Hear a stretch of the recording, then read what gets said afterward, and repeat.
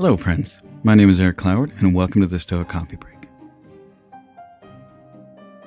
Before I begin today's episode, I just want to make a quick note. I know that it's been quite a while since I posted a podcast episode, and over the last year or so, I've been doing a lot of writing, and I've actually recorded a few episodes, and I've decided that I want to go ahead and restart this podcast. It's been a bit challenging because I do find that perfectionist streak inside me struggles with getting episodes out, and that's kind of what today's episode is about. It's about being a friend to yourself. One of the hardest things in life that I've found, and it's been something I've worked on for the last year or so, is the idea of self-acceptance. Now, I know this may seem like kind of a simple topic for some people, but for plenty of us, the idea of self-acceptance is something that's quite challenging. In my case, because of having grown up in such a dysfunctional home and with a lot of emotional and physical abuse,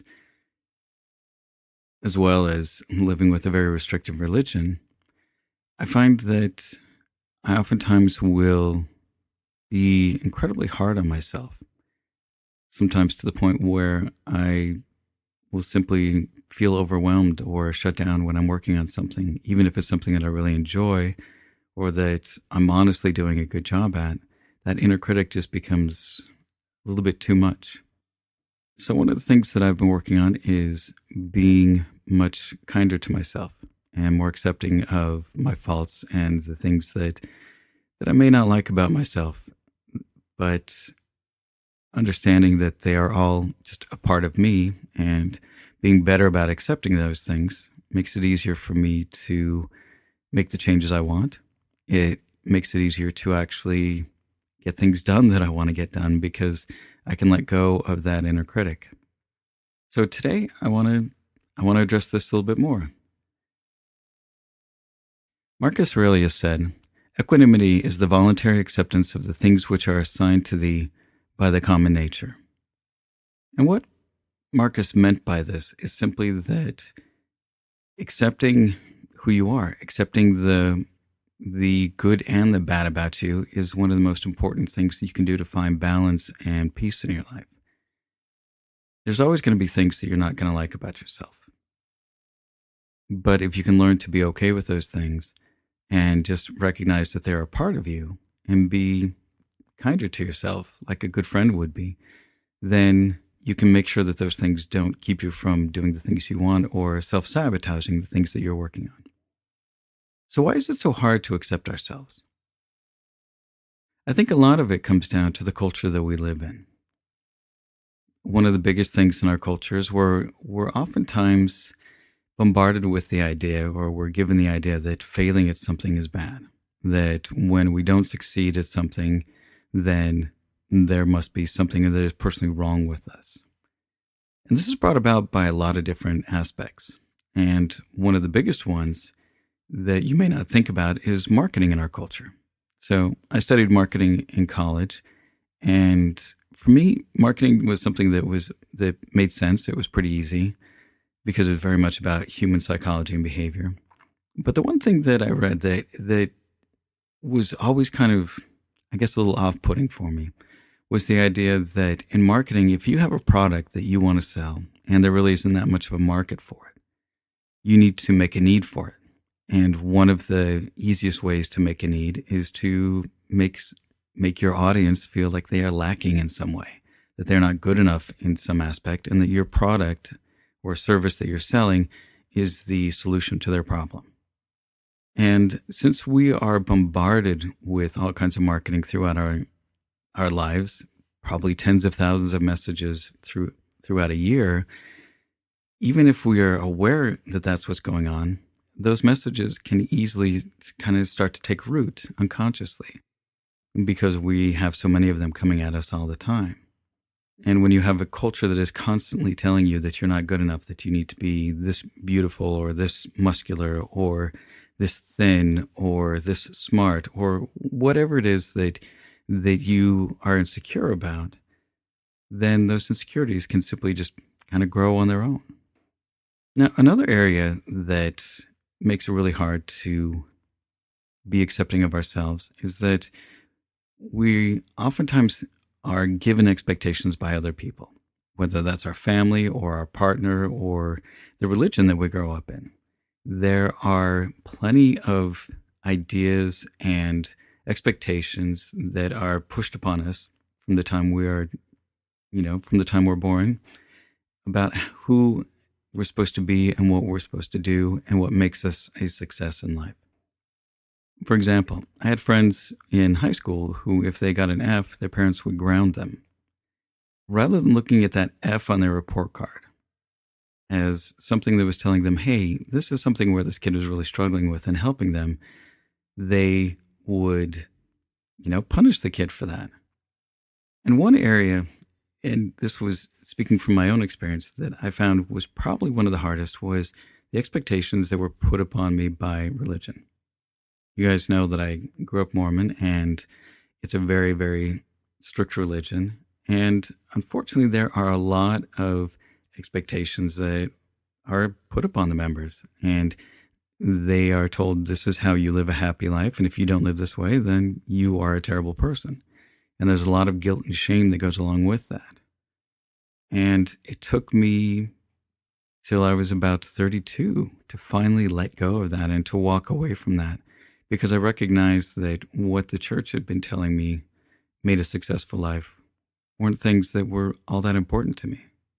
Sure, there were some aspects that I agreed with, honesty, integrity, and so on. But there were plenty of other things that just simply didn't sit well with me. And rather than being in a place where there was a culture that could help support me and help me grow in the way I needed to, it was more that because I wasn't living the way that they thought I should, I was no longer part of their culture. Once I've, realized that it was causing more harm than good, I left. And I found my own tribe after leaving that, where I found that I do fit in. And I'm supported even with my flaws and the things that I'm not very good at. Another area, and probably one of the more subtlest areas that makes it hard to accept ourselves, is that our brains are wired to help us survive. Our brains will focus on the negative things about ourselves because it wants to make sure that we understand where we can fail. And while in some aspects this is good, in other aspects this is not so good, because that's all we focus on. If we only focus on the bad things about ourselves, well, then we start to believe that we are just a bad person. And we're not. I don't believe that anybody is really, truly all bad. So now that we've discussed a few ways in which culture and society and religion make it difficult for us to accept ourselves, let's talk about why we should accept ourselves. When we fail to accept ourselves and all of our weaknesses, we hold ourselves back from making progress. Because we are so hard on ourselves, it really makes it hard to make any progress forward, because we're constantly tearing ourselves down. Also, when we accept ourselves, we are simply acknowledging reality. So there's a quote that I really like from Miyamoto Musashi, who's considered one of the greatest sword fighters of all times. And he said, "Truth is not what you want it to be. It is what it is, and you must bend to its power or live a lie." And I found that to be incredibly mind-blowing. It's just one of those sentences where you just go, wow, I never really thought of it that way. And when we are accepting ourselves, we are acknowledging reality. We are seeing ourselves as we truly are. We aren't trying to cover up for the darker parts of us. We aren't trying to make excuses for when we're selfish or when we're, a little bit mean with somebody. We simply accept that sometimes we can be selfish and sometimes we are a bit mean. But in doing so, we're accepting reality, and part of Stoicism is going forward and trying to deal with reality as best we can. And when we are able to accept reality as it is and accept ourselves as we are, then we can remedy a situation a lot faster. We can look for solutions rather than dwelling on all of our failures. Think about it this way. If we saw somebody telling a good friend of ours that they were really bad at something, and they were just sitting there tearing them down about what it was that they wanted to accomplish. Maybe they're getting ready to run a marathon, and somebody's just telling them that they're terrible and they're just going to fail and they're stupid for trying to do something like that. We'd probably step in and say, hey, you know what? Back off. We would do our best to defend our friend and to help bring our friend up. So why shouldn't we do that to ourselves? So this last part I want to get into is, how do we accept ourselves? How do we make this change so that we can stop being so hard on ourselves? I think the first and most important step, and I mentioned this just a few minutes ago, is that we need to be radically honest with ourselves. We need to acknowledge the truth. We need to admit and own that sometimes we're selfish or mean or whatever it is that we may not like about ourselves, that area that we tend to fail a lot.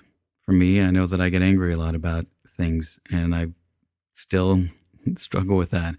But rather than looking at it as a terrible thing, I look at it as it's just a part of me and it's something that I need to live with and understand, rather than try to banish it from who I am and my personality. The next part is we need to be good about giving grace to ourselves, so that when we do make those mistakes, when we are selfish or angry, that we go easy on ourselves. We are gentle with ourselves. We treat ourselves like a good friend would. We need to be honest, but we also need to be loving and kind. I mean, I don't know about you, but the friends that I like to keep around are the ones that tell me the truth and are very honest with me, but they're also very loving and kind with me, and they forgive me for the mistakes that I make and for the dumb things that I do. And while we're doing this, we need to remember that we're not letting ourselves off the hook. We don't simply go, you know what, it's fine. I'm selfish, I know it, and therefore I'm good, I can do whatever I want. It's about taking responsibility for our words and actions. Because we're being honest about who we are, we're saying, yep, I can be mean, I can be angry, I can be selfish. And we own those things that we do and say. And a big part of this is also that while we're taking responsibility for ourselves, that we learn how to set good boundaries. And we don't take responsibility for the things that are outside of our control. We simply acknowledge them, but we don't beat ourselves up when something unfortunate happens in our lives. When something bad happens in your life that you have no control over, it doesn't make you a bad person. It doesn't mean you're being punished. It just simply means that life happens.